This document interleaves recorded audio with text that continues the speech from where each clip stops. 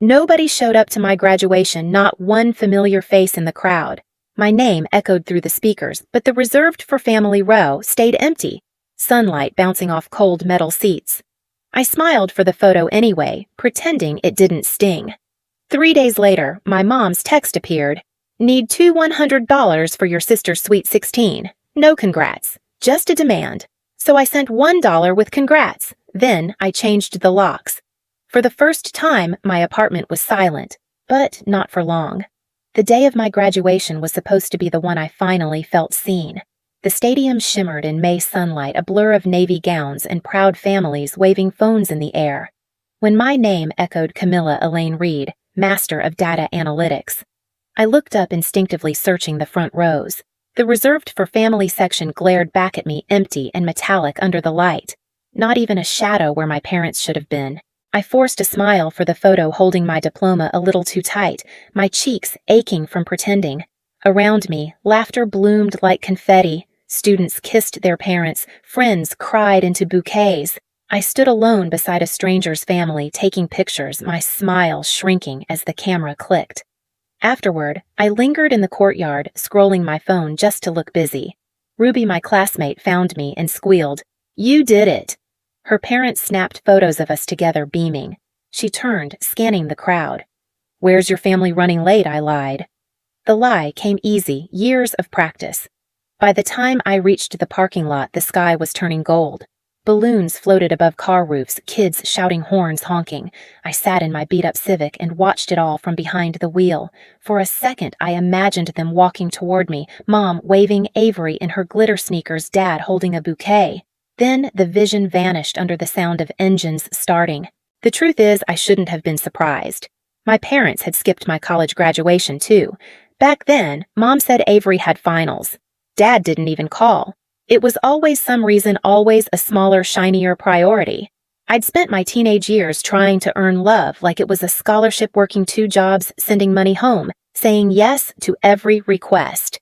When I was 16, I wore a brown Starbucks apron at dawn, serving caramel macchiatos to lawyers and nurses. Mom used to text, "Thanks, honey. Avery needs piano lessons."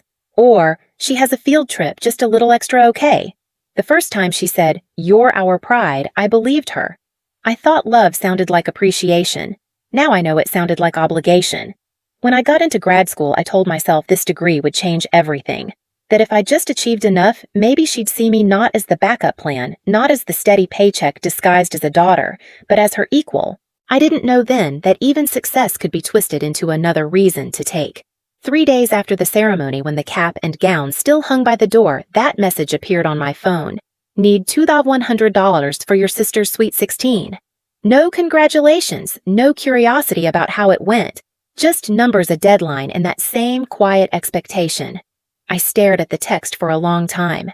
And that was the moment something inside me, something small, tired and long ignored, finally stood up.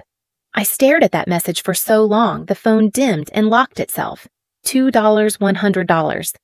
The exact number sat there like a command, not a request. I should have been numb by now. For years, money had been the language my family used instead of love. But that day, it didn't slide off me the way it used to. Maybe it was the quiet after graduation, the echo of all those clapping hands that weren't for me. Maybe it was just the simple fact that I'd finally run out of reasons to keep buying affection that never existed. I opened my banking app, saw my savings, barely $3,000, and felt something in me harden. I typed in $1, added a note, "Congrats," and hit send. For a long minute, I just sat there, the word sent glowing on the screen. Then I opened the drawer by the front door, pulled out the spare key my mother insisted on keeping for emergencies, and dropped it into the trash. That night, I called a locksmith. He arrived an hour later, an older man with a soft voice and tools that clinked like wind chimes when he worked. The new lock clicked into place, solid and final. When he left, I stood in the doorway for a moment, breathing in the faint smell of oil and metal. It was the first boundary I'd ever built in my life. The next day, sunlight filled my small apartment. I brewed coffee, watched the steam curl, and for the first time, I didn't flinch at the silence. It was mine. No one could walk in. No one could ask for anything. Peace had a sound. It was this. Until the knocking started. Firm, rhythmic, persistent. I froze. It wasn't Mrs. Patel, my landlord she always called first. When I looked through the peephole, 2 uniforms filled the hallway. Denver police one said calm and professional. "Miss Reed." I opened the door, heart racing. "Yes." The taller officer, a black man in his 30s, showed his badge. "We received a call from your mother. She said you've been acting erratically, changing locks, not answering calls, and that she's worried you might harm yourself." I almost laughed, not because it was funny, but because it was so absurd it circled back to tragic. "She did what I asked, quietly." His eyes softened. "We just need to confirm you're okay." "Mind if we step in?" I let them in. The apartment was spotless, coffee mug on the table, laptop open with my project on the screen, diploma framed on the wall. I gestured around. "Do I look unstable to you?" The officer's mouth twitched, almost a smile. "Not even close, ma'am." He asked a few questions about work stress, family. I answered honestly. Just finished grad school. Working on job applications. No medical issues. Just boundaries. He nodded. "We'll file the report as no concern. But if your mother calls again, you can reference this visit." They turned to leave, and just before stepping out, he added, "Sometimes when people start standing up for themselves, others panic. Happens more than you'd think." When the door closed, I leaned against it, shaking, not from fear, but fury. My mother hadn't just crossed a line, she'd declared war on it. That night, I sat on the couch, the police report still fresh in my inbox. I replayed the years of manipulation, the way she'd guilt me into sending money, the way she'd say, "Family helps family," whenever I hesitated. It had always been about control, not care. I didn't know what she'd done yet. Only that if she was willing to use the police to humiliate me, there was no limit to what came next. The silence in my apartment didn't feel peaceful anymore. It felt like the pause before a storm. And I was done waiting to get struck. The next morning, I woke up before sunrise, the city still quiet under a soft haze. My phone lay face down on the table beside the police report. I hadn't heard from my mother since the night she sent them to my door, but I knew her silence wasn't peace, it was strategy. I made coffee and opened my laptop, intending to lose myself in job applications. Instead, I opened my banking app. A pit formed in my stomach. 2 new credit inquiries blinked back at me, Capital One and Discover, both recent, both unfamiliar. My chest tightened. I hadn't applied for any new cards. I clicked through to my credit report. 2 accounts had been opened in my name. My social security number, my address, but not this address. My parents' house in Littleton? I froze. The balances were already climbing, thousands spent. Then I saw the transactions: Cherry Creek Events, Denver DJ Agency, Glam Studio. My mother's text came rushing back like a gunshot: "Need $200 for your sister's Sweet 16. It wasn't a request. It was a setup. I called the number on the statement, my voice shaking but steady. "This is Camilla Reed. I need to report identity theft." The woman on the line verified my information, paused, and said, "This account was opened in person at our Littleton branch last month. Co-applicant Linda M. Reed." For a moment, everything went still. The hum of the refrigerator, the tick of the clock, even my breath. "Ma'am," she continued carefully, "we'll flag this for fraud investigation. You'll receive forms to complete within 24 hours. When the call ended, I sat staring at the screen. It was all there, my mother's signature, her phone number, her address. She hadn't just used me for money. She'd become me to get it. I opened my voice recorder. In Colorado, one-party consent meant I could legally record our next call. I dialed her number. She picked up after 3 rings, her tone sharp. "So you're alive?" "Mom," I said evenly. "I found 2 credit cards under my name, both using your address. Do you want to explain that?" She laughed, a hollow, practiced sound. "Oh, that I was helping you build credit. You should be grateful. By paying for Avery's Sweet 16, stop dramatizing. It's family money. What's yours is ours." "No," I said softly. "What's mine is mine. And what's yours is under investigation." The silence on the line was instant, heavy, stunned. Then came the sound of her quick inhale. "You wouldn't dare." "I already did." I ended the call, saved the recording, and labeled it Boundaries. May 17th, 2025. Outside, the morning light spilled across the floor, catching the edges of my diploma and the new lock on the door. 2 pieces of proof that I'd earned everything on my own, and now, finally, I was protecting it. For the first time, the silence in my apartment felt powerful. It wasn't the pause before a storm anymore. It was the storm, and I was finally the one holding the thunder. I met them at a diner in Highlands Ranch neutral ground halfway between their house and my peace. The kind of place with cracked leather booths and coffee that never tasted fresh, but it was perfect for what I needed: public quiet and impossible to scream in. They arrived 15 minutes late. My mother first in a floral dress and sunglasses like armor. My father trailing behind, smaller than I remembered. Avery followed, phone in hand, thumbs flying. The golden child never looked up. Camilla, Mom said sharply, sliding into the booth across from me. "You really made us drive all the way here for dinner." "We're not eating," I said. My voice surprised me, steady, cold. "We're talking."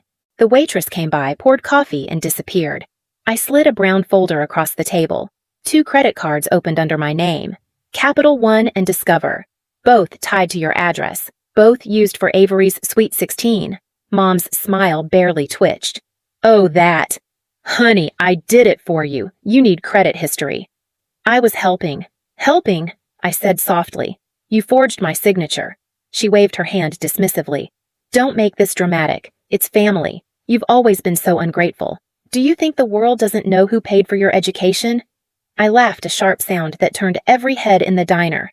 "You mean me? I paid for it with every check, every double shift, every loan you told me to take while you used my college fund for Avery's prom dress." Avery groaned. "Here we go again." I turned to her. "That silver dress you wore for your party? You danced in it on a card opened in my name. Enjoy the spotlight." Her eyes darted away. "Mom said you agreed." Mom's voice sliced through. "Enough! You don't talk to your sister that way. I didn't steal from you, Camilla. I borrowed. For the family. You used my identity." I said, quieter now. "You called the police on me because I changed my locks. You tried to paint me unstable so you could keep control. That ends today." Dad finally spoke, his voice small. "Sweetheart, your mother just got carried away. Let's not blow this up. We can fix it privately." I pushed the folder closer. "There's no fixing it privately. The bank already knows. There's an open investigation." Mom's eyes snapped up, all the color draining from her face. "You did what I reported, the fraud. The accounts are frozen. The bank has your signature, your phone number, your address. You'll be hearing from them soon." The silence that followed was thick enough to taste. Even the diner hum dimmed, as if the air itself was listening. "You'll regret this," she hissed. "You're destroying this family over a misunderstanding." "No, Mom," I said, standing. "You destroyed it the moment you decided my name was worth more to you than my love." I left the cash for my coffee on the table and walked out before she could answer. Outside, the air smelled like rain. I sat in my car for a long moment, staring at my reflection in the rearview mirror. My hands were shaking, but my chest felt light, almost hollow, the kind of hollow that could fill with peace. That night, Cherry Creek glittered in purple and silver, the big night for Avery's Sweet 16. I wasn't invited, but I didn't need to be. I already knew how it would end. At 8:45 p.m., my phone rang. "Unknown number," I answered. "Miss Reed," a crisp female voice said. "This is Lauren Stein, legal representative for Capital One in Colorado. I'm calling to inform you the bank has escalated your fraud report. Our internal team has coordinated with local law enforcement to verify transactions tonight at Cherry Creek events. You're not required to attend, but we wanted you notified." My throat tightened. "You're sending police to the venue?" "Yes, ma'am. Standard procedure. We'll document and confirm the charges." I thanked her, hung up, and sat back. Through my open window, I could hear faint music drifting from downtown, a celebration about to unravel. 40 minutes later, my phone buzzed again. A text from Avery. "Are you insane? The police just showed up." The DJ stopped. Everyone's staring. Mom's freaking out. Then another. "They're saying her name. The bank guy said your name. What did you do?" I didn't reply. I didn't have to. Meanwhile, across town, 2 officers entered the glowing banquet hall. No sirens, just calm authority cutting through the neon haze. A banker followed, holding a folder thick with receipts and contracts. "Good evening," one officer said, voice even. "We're here to verify a report of credit card fraud associated with this event. The charges were made using an account under the name Camilla Reed." Murmurs rippled through the crowd. Cameras lifted. My mother froze near the cake table, color draining from her face. "There must be a mistake," she said, voice trembling. The banker opened the folder, reading aloud. "Primary applicant Linda M. Reed. Cosigner unauthorized. The transaction records indicate misuse of another person's identity." Gasps. Someone whispered, "Isn't that her daughter's name?" Mom's lips parted, but no sound came. Avery stood in the center of the floor, eyes wet, whispering, "Mom, what did you do?" The officer's tone remained neutral. "We're not arresting anyone tonight. This is just documentation for the bank's case, but we'll need to take copies of the receipts and ID verification." In the silence that followed, the only sound was the flicker of camera flashes, half the guests capturing it, half pretending not to. Within minutes, the DJ unplugged his equipment. The banner that read Avery's Sweet 16, Born to Shine, drooped under the weight of the humid air. The room emptied in slow waves of whispers and pity. By the time my mother stepped outside, rain had begun to fall, soft and relentless. Back in my apartment, I stood by the window and watched lightning pulse above the city. I didn't smile. I didn't cheer. I just let the quiet wrap around me, the sound of justice, subtle and absolute. For years, I thought silence was what weakness sounded like. That night, I realized it was victory. 3 days later, the storm had passed, but the wreckage stayed. An email arrived from Capital One, fraud investigation resolved. Primary applicant Linda M. Reed has acknowledged unauthorized use and agreed to repay $8 for $12 in full. One sentence. No apology, no drama. Just the truth finally on paper. Word spread fast. In a suburb like Littleton, gossip moves faster than justice. People whispered in grocery aisles and at church. "Did you hear about the Reeds? Something with a bank and the Sweet 16? Avery's party video, 30 seconds of chaos, police and disbelief hit 500,000 views before she locked her accounts." My father was quietly reprimanded at work for letting their mail and financial statements go to his company address. For once, I didn't feel guilty. I didn't reply to any of their messages. Not out of anger, out of exhaustion. I was done explaining what should have been obvious. I filled out the FTC forms, froze my credit, and closed every account my mother ever touched. Then I printed the final confirmation letter and pinned it on my wall, right beside my framed diploma and the locksmith's receipt. 3 documents side by side, proof of effort, proof of protection, proof of freedom. That night I brewed tea, opened the window, and let Denver's night air spill in. The city hummed below, alive and uncaring. For the first time, the silence didn't hurt. It healed. 6 months later, autumn settled over Denver streets, gold with fallen leaves, the air crisp and forgiving. I'd started a new job at Nova Data Labs, surrounded by people who saw me for what I built, not what I could give. On my wall hung 3 things: my diploma, my new employee badge, and the old lock I once replaced. Together they told one story: how I finally chose myself. If you've ever had to set a boundary just to breathe again, you're not alone. Tell me where you're watching from so I know how many of us finally changed the locks.